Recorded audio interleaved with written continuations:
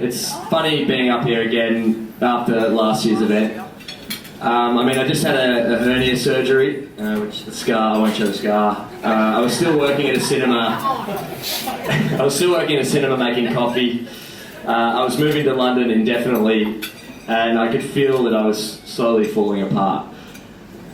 Last year's host, I came into the day feeling extremely angsty and nervous, which is not unsurprising for doing, but it was an unnatural angst for me. My self-confidence was shot. Get distracted very easily, sorry. My self-confidence was shot. My drinking had become my stabiliser, and I was very unhappy. I knew it, but it felt like I'd get over to London, meet the people I need to meet, find the job I need to find, and eventually win $1 million contract with a literary agent. Always the dreamer. I should note first off, out of the very special women in this room today, and special men, all of you, there's three that I did need here. That's my mother, Carmel, and my two beautiful sisters, Georgia and Kate. That's enough of that, because I'll start getting emotional, but I'm actually apologising to you in advance, because I said I would give a very raw and accurate account of how quickly a mental disorder can get out of hand. And I also like to swear and talk about naughty things, so apologies, Carmel. But, so that's in advance, no censorship here. Initially, I was pretty keen to find a theme that would be apt for subject matter that is considered very sensitive and taboo. So I could slice out a few of those gritty details that come along, whether directly or indirectly, but then I thought against that. Because I feel that society has developed such an aversion to revealing our true emotional state that we are losing some of the most beautiful colours in this ridiculous thing we call life. I'm sorry to go all Prince on you there. But that's what happens where, it sort of comes with having your back stripped by the rocks at the very bottom. At the very bottom is you do learn about the emotional rainbow, and you learn it very well. Anyway, I digress. Sorry. I suppose if I had to pick a couple of themes I wanted to push across today, it would be the importance of allowing rather than denying yourself to be at one with the rainbow of emotion, and the importance of finding emotional connection and exhibiting empathy with others. Both of these paths are so much harder to consistently follow, let alone understand than we all think. My own sister, Georgia, recently criticised me for being too positive all the time, and she certainly does have a point, but I just think that resilience is one of the most important tools we have at our disposal, and finding common ground with other humans is not as hard as we all make it out to be. So my official battle, my official battle with anxiety started at the age of 20. I think it was always in me though. I was a nervous kid, very overexcitable, never able to sit still. My brother used to do this impression of me as a young kid, rubbing my genitals when I got excited, which wasn't there's nothing like that. It was just me finding that excitement, and he's not here today, but he'd do a very good impression of that. It slowly developed into, because I realised that society didn't want you rubbing your genitals as you got older. So I started going to ruffling my hair a lot, and then it started to become this nervous chest rub, which a few of my mates would know about. There was always a story I had to play out in my head as I wandered in my backyard for hours on end, hitting the winning runs for Australia, kicking 6 goals in the grand final, my speech for Best Actor, confessing my love for a girl at primary school, as I said, always the dreamer. I cried a lot, I got frustrated easily, however I was also the kid who was forever smiling. Like every other kid, there was a lot of confusion amongst the excitement, and the more I look back, the more obvious it is that my fear of failure and isolation were particularly pronounced. The official title of generalised anxiety and panic disorder was stamped on my chest at 20, after I overdosed on psilocybin mushrooms in Laos. Over a 4-hour period, I was prevented from jumping out of a window to a certain death by my best friend Sam. I I began having heart palpitations and passed out stone cold before being rushed to a very dingy hospital, as you can imagine. One of the first things Mum said to me before I went to Southeast Asia was, don't end up in hospital, don't get an STD. Yeah. I didn't get the STD, so that's good. During this time I was sent to another bizarre dimension, witnessing my own death, amongst other bizarrely traumatic visions before I awoke vomiting on my own t-shirt. 2 days later I was drinking heavily again and laughing at the vivid ride I'd been taken on. Alas, I hadn't escaped unscathed. I ended up, for the rest of my shortened trip, I ended up in hospital 4 times. 20 odd years, and my mind was a complete mess.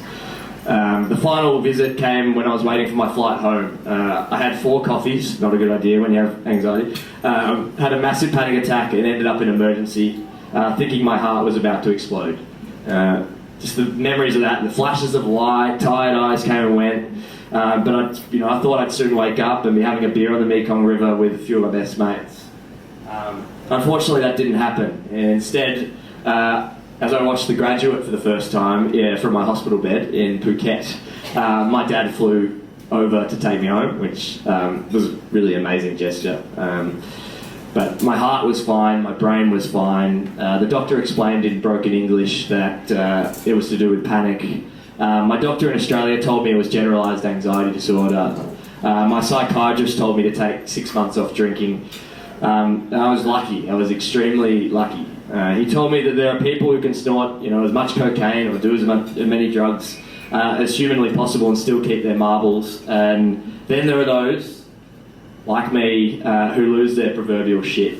The kids in the 60s who disappeared off cliffs on acid trips, the ones whose minds can't rest. The people that need to be very careful with what they put into their body. That was me. But at 20, that didn't really feel that way. I had a bunch of 21st to come back to as I sort of started to improve. I barely lasted 3 weeks without drinking. So it became a repetitive cycle. What happens when you feel anxious? You have a few beers to sort of settle the nerves. What happens when you have a few beers and you're still feeling anxious? You have a few more. And so on. And so I suppose my 5-year period of binge drinking looks relatively innocuous and normal from the outside, but it took its toll on me. My dreams of a life in theatre were destroyed by my fear of forgetting my lines, passing out, collapsing on stage, all the regular stuff. I slept through lecture after lecture and barely scraped through my law degree. I sat on the couch every Sunday, same spot, same leather couch, as Mum just looked at me, thinking, if I started moving, I'd probably had a panic attack, or I just wouldn't be able to handle being outside. Around and around we went. And there was a few sad realisations I had during this period. At 23, I realised I had no female friends because I invariably tried to seduce most of them. I had no experience in the legal industry. I had no theatre credits to my name since I was 20. I developed a phobia of driving on freeways. And I barely travelled outside Australia due to my fear that I'd crumble again. So I toured the US and Japan for about 5 months in 2014, and everything was pretty terrific. I got back into theatre, and my relationships with women improved. I was writing and doing radio, and I won 3 premierships with this fantastic football club. And I felt like I had my anxiety under control. It would pop up every now and then, but I'd have a couple of beers or I'd have a little bit of me time and smother it again. And it was something that I didn't think was really worth worrying. I thought I'd managed it. But from this point on, I suppose my penchant to smother rather than open myself up started to destroy me. I began dabbling in party drugs, with one session leaving me in hospital after a panic attack, another with my drink spiked. As my graduation was fast approaching, my marks barely were scratching above a pass, really, particularly the law stuff. I felt my general well-being dip around this period. It was dramatic how much it dropped. My writing had become particularly sullen. I didn't do much during the days, and I sort of, I obviously drank during the nights. And I just was sort of wandering around. not knowing what direction my life was going in. And so I suppose I booked a ticket to London, a one-way ticket. I'm just going to adjust this because it's sort of annoying me, breaking the dramatic tension. So London really was the best and worst decision of my life, or the best thing that ever happened to me. London, for anyone who hasn't been, is truly the most frenetic and overwhelming place when things are going good. So you can only really imagine what it was like when I felt my life was falling apart.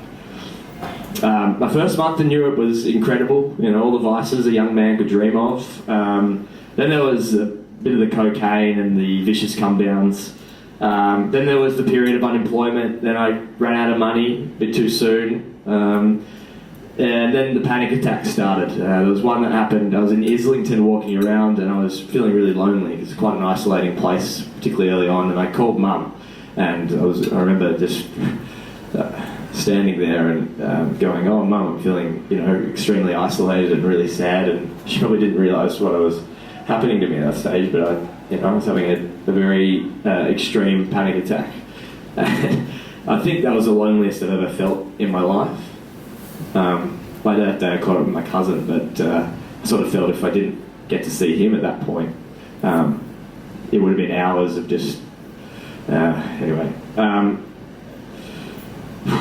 I kept trying to force my way out of a hole from that point, and then I got a job at a law firm, and my head fell beneath water really quickly when I was there. The tingling fingers, the abrupt headaches, the heart palpitations, the chills, the overwhelming sense of dread, and then the depression set in. The misery I felt during this period that held me ransom for a number of months was the most intense and brutal battle that I've ever faced. I lost my voice, I lost my spirit, but someone would mention pub and I'd be nodding and come along. But I felt broken, and I had trouble sleeping with my head spinning. I couldn't do more than 10 push-ups without my heart feeling like it was beating out of my chest. I read about heart attacks, brain tumours, aneurysms, strokes, and you name it really, and convinced myself that I was on the verge of having one, considering the immense pain that I was in. I took 3 showers a day. It's very hard to escape in London, so I took 3 showers a day and I'd sort of cry. The hypochondria reached a point where it became an all-engulfing problem as my anxiety reached extreme levels. I couldn't go anywhere without searching my symptoms and diagnosing these invisible pains. That delusion became a strong part of my whole mental state, an overwhelming part of my mental state. I called my mother a couple of times complaining of tingles through my fingers as I was going to work in the morning. I ordered Ubers to go to walk-in medical clinics when I had felt one side of my body go numb. I remember one of the conversations I had with this lovely Polish woman who was driving my Uber, and she was like, "Oh, I hope everything's okay." And I was like, no, I'm just visiting a friend. And I suppose what came with that was it came with the instability of my mind at that stage. It was like this paranoia. I was like, how did she know I was the one going into this walk-in? It's probably pretty obvious at the time, looking back, but that became a huge part of my whole life during that period. The only thing that seemed to make sense during this, the only thing that seemed to make sense over in London was my writing. And writing about it. So I wrote a piece that described everything I was going through, how my body was screaming and I'd almost had enough. I truly think it did save my life, because I was so embarrassed that this had happened to me again. I know I wasn't as open about it in my 20s, but some of my mates knew that I was, I struggled coming back from Thailand, Southeast Asia, but during this period it was like it happened again. So I was so embarrassed telling people, and that started to lead to my, premature crumbling, I suppose. So I suppose I wrote about it, and for a very short period I did feel okay. And then the rocks fell on me again at work, and I told my line manager, and for a very short period I felt okay. I told my best mate, or a couple of my best mates, and for a very short period I felt okay. Started taking antidepressants, very short period I felt okay. And then I got complacent, went on a Tinder date, Ran a few blocks because I was running late, as per usual, and I slowly descended into symptoms of what I told my female companion later on, were that either that of an extreme panic attack or like a heart attack, because it just felt, for all that I've been reading, it just felt this was the time. And this is all while taking in the Harry Potter spin-off, which was not a bad movie. Yeah, we still talk to this day. It was a pretty ridiculous night to share together, and not in a good way. But she remained by my side the whole time in the ambulance, and we spoke about how we'd be friends for a long time, forever, due to the absurdity of the whole situation. And she reassured me that it was far from rock bottom. I don't think I was really reassured by that comment at the time, sitting in a waiting room I don't want to tell you, it was crowded and it was packed at about 2 a.m, so it was quite an experience. But she walked me home, kissed me on the cheek, probably wishing she'd swiped left a week earlier. My purpose to do anything was crushed during this period. I was so anxious and depressed that I could barely get out of bed. So I decided to release the 7 pieces I'd been sitting on. These are letters to my anxiety, panic attack. Where did it all go wrong? The smiley kid, the kisses from mum, falling out of trees, playing cricket in the backyard, swimming lessons, teased at school, first beer, blushing in front of girls, meeting idols, waiting for a growth spurt, being told you're not enough. Boys don't cry, finding your niche, crying at night, meeting your best friend, kissing girls, take off your pants, lift off, blackout drunk, skipping at university, passports or immigration, freak out, heart palpitations, panic, picked up from hospital, screaming at the mirror, scrambled, breathe, landing, smiling again. You understand, they don't. The drinking, the hangovers, biting your lips so hard it bleeds. The girls, what does it mean? Apology, solidarity, public jovial, private tears, dead ends, MDMA, boys don't cry, depression, friends ask questions, brush it, run, nose full, shadows darkening, binge, no sleep, binge, waves, 4 hours until 5:30, head on fire, tsunami, sobbing in the shower. The response was amazing. The messages were overwhelming. I was feeling okay. And there all along was the purpose of my life. To be open, to be emotionally connected, to not be ashamed by the rainbow of emotions in my soul. I hadn't escaped my alcohol dependence. I hadn't even come close to shaking my anxiety and depressive episodes. But when friends and strangers alike told me of their battles with the invisible beast, I felt empowered. I felt connected to a common source again. The humanity that wasn't perfect. The humanity where everything wasn't Instagram captions, promotions, and 6-figure salaries before 30. I wasn't alone. This overwhelming dread and fear of who I was and where I was going wasn't exclusively felt by me. The weight of the world fell off my shoulders. Of course, the Disney movie would have had all the bad days slip off my shoulders at that point too, but that's completely wrong. If anything, things got worse physically and mentally before they got better. Mental disorders seem to require you to completely unpack the troubles in your head, and I didn't have much access to professional help. I had my friends, some of whom did understand, but I was still battling my own mind, and I was battling the pressure of the bottle.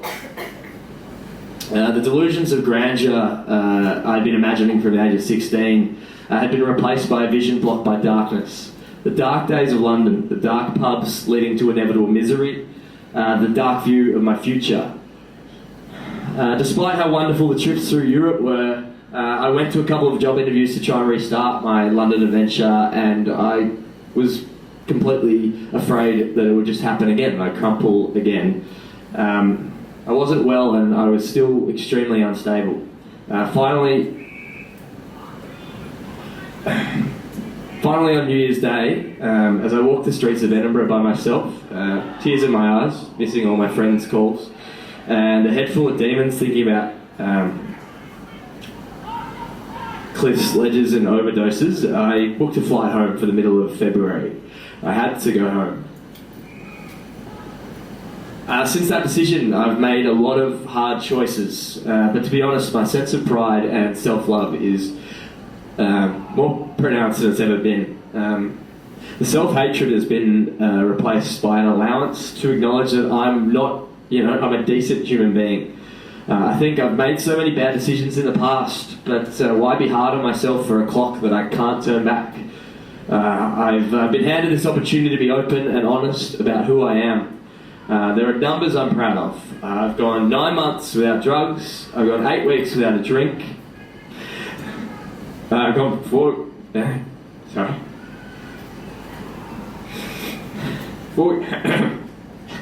games of footy without a panic attack and 3 weeks without antidepressants. I haven't replaced my uncertainty and sadness with binge drinking and sex to validate my existence. Hi, Mum. I've probably annoyed a lot of friends with conversations that slip deeper than footy, beers and chicks. But I love getting to know my friends, families and acquaintances' own uncertainties and hang-ups in a purely non-sadistic way, so don't think that I'm... I'm a very emotional being, but I feel no shame for it. We're all so different, yet there is this comfort in reducing ourselves to being emotionally blunt and neutral, and we are so much worse for it. It's okay to feel something. It's okay to not be happy all the time. It's okay to get help and, talk to someone when you're not feeling like yourself.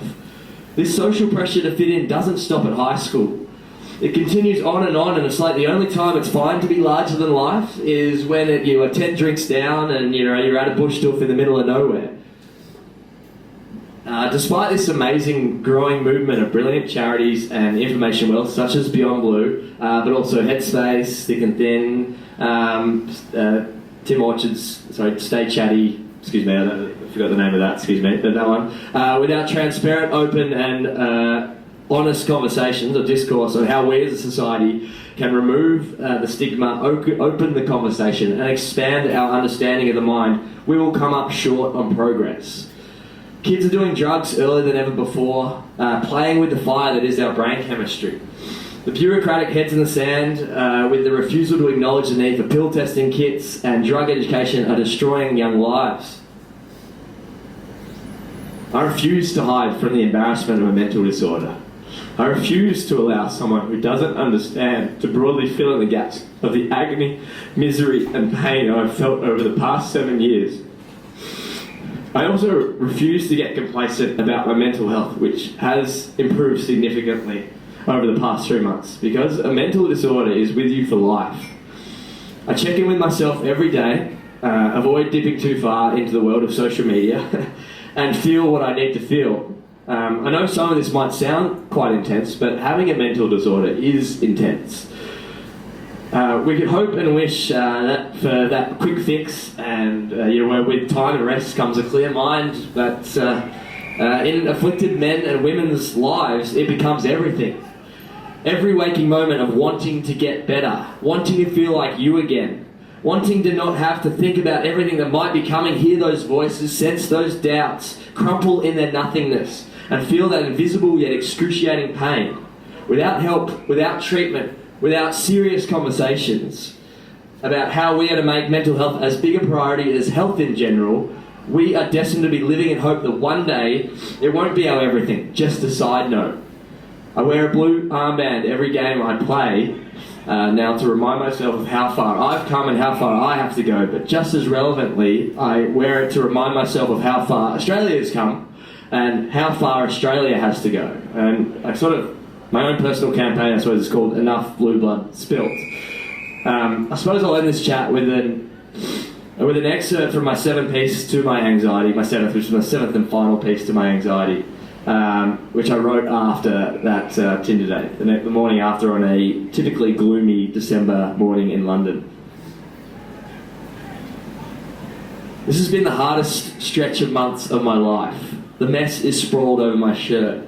The stench of it comes over me. The decisions, the harshness of the weather, the pressing desire to stay, but the pull to leave. The antidepressants making me sick. The pressure I feel to drink, to push away my problems, only for you to be there again. I made the same choice time and time again, habitually finding solace in the bottom of the bottle, and now, here I am. How can I love a woman knowing she'll have to be with a person who is not comfortable with the position they are currently in? Do I lie? Do I tell her the truth and watch her run away? I'm trying to find what I had. Wouldn't it be selfish to allow someone into my inner sanctum knowing fully well that you and I come as a package? Sometimes I want someone to stay with me, and then I'll need to push them away.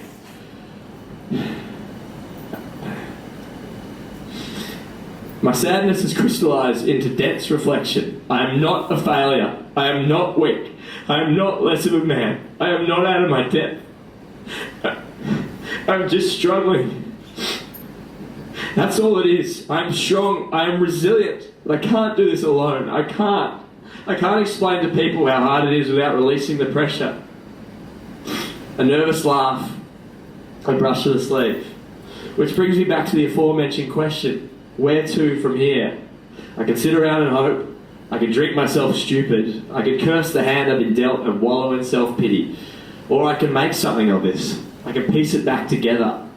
I can wake up in the morning and push myself through the side effects that pulse through my body.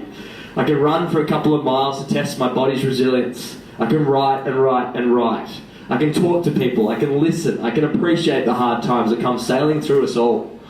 I can find contentment. I can find love. I can grab your hand and whisk you into places we never expected to be. I can cry, beam, chortle, gasp, sob and scream all on the same day. For I am emotional and exuberant and flamboyant and insecure and scared and hopeful all at the same time. And I refuse to be defined by your presence. Anxiety may be part of me, but I, like so many others, am more for the bumps that I've taken, or in hindsight probably shouldn't have taken, and excited for the rollicking journey ahead. What other choice do I have? Yours fearfully, William. Ladies, I'm not quite sure what you can take from what I've said today. I'm a rambler, you know. But the other hugely important aspect of my recovery is expressing my gratitude to no one in particular. I'm not particularly religious. For the life I get to lead, the experience that I've had, both wonderful and fucking awful. You know, there are days when I wish I hadn't taken a certain action or an inaction and fallen to my head and imagined how different my life would be. But then there are days like today when I'm just so excited about my life.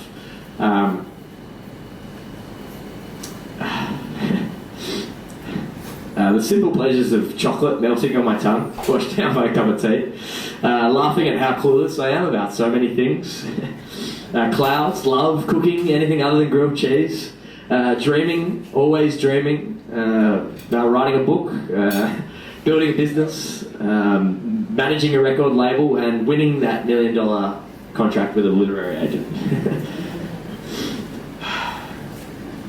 But I'm coming to accept that life doesn't owe you anything. There are periods of your life you can't wish away with lamentation. There are bad days you can't skip and mistakes you can't undo.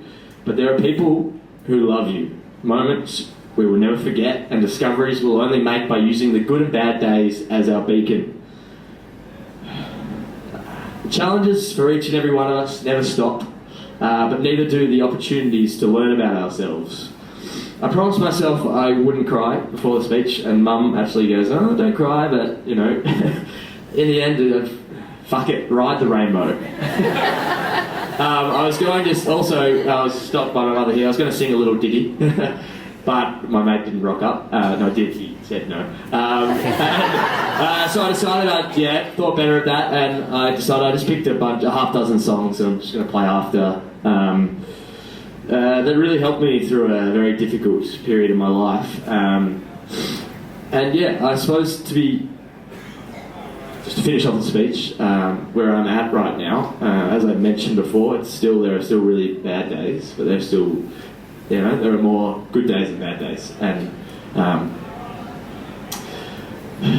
yeah, it becomes something you're really, really passionate about, mental disorder in society, and it's something that, as we'll speak about later in the day, it doesn't discriminate. And you know, I went to this speech not a speech, I was forced to go to class, as you do at school, in about year 11, and this man came in and he had schizophrenia, and we were like, oh yeah, don't listen, you know, that sort of thing, and you do take a few things in and be like, it'll never happen to me. And you know, and still to this day you think, you go, well, it did happen to me, and it happens to a lot of different people who don't expect it to happen to them. And there are things, you know, there are always methods that can help prevent and manage these things, but they also can just come up on you.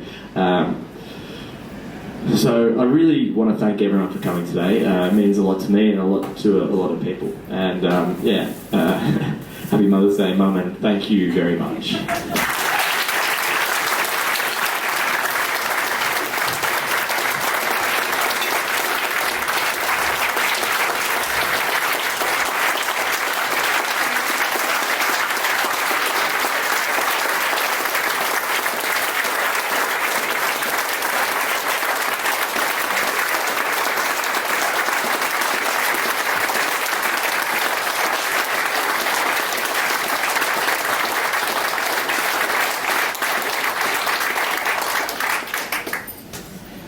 I don't really know what I can say. I think it's standing ovation kind of,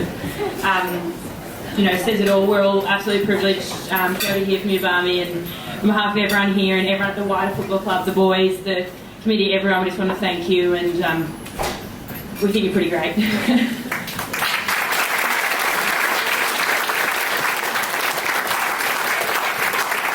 Hello, Pete Powder. So is that Pete? Was that you or someone over there? I'm big enough.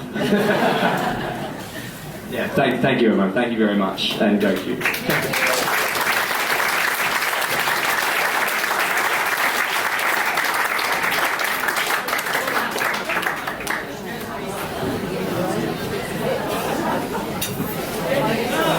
We'll just clear the plates and we'll be moving into dessert soon and a few more speeches, so just chat amongst yourselves and we'll bring out some more drinks.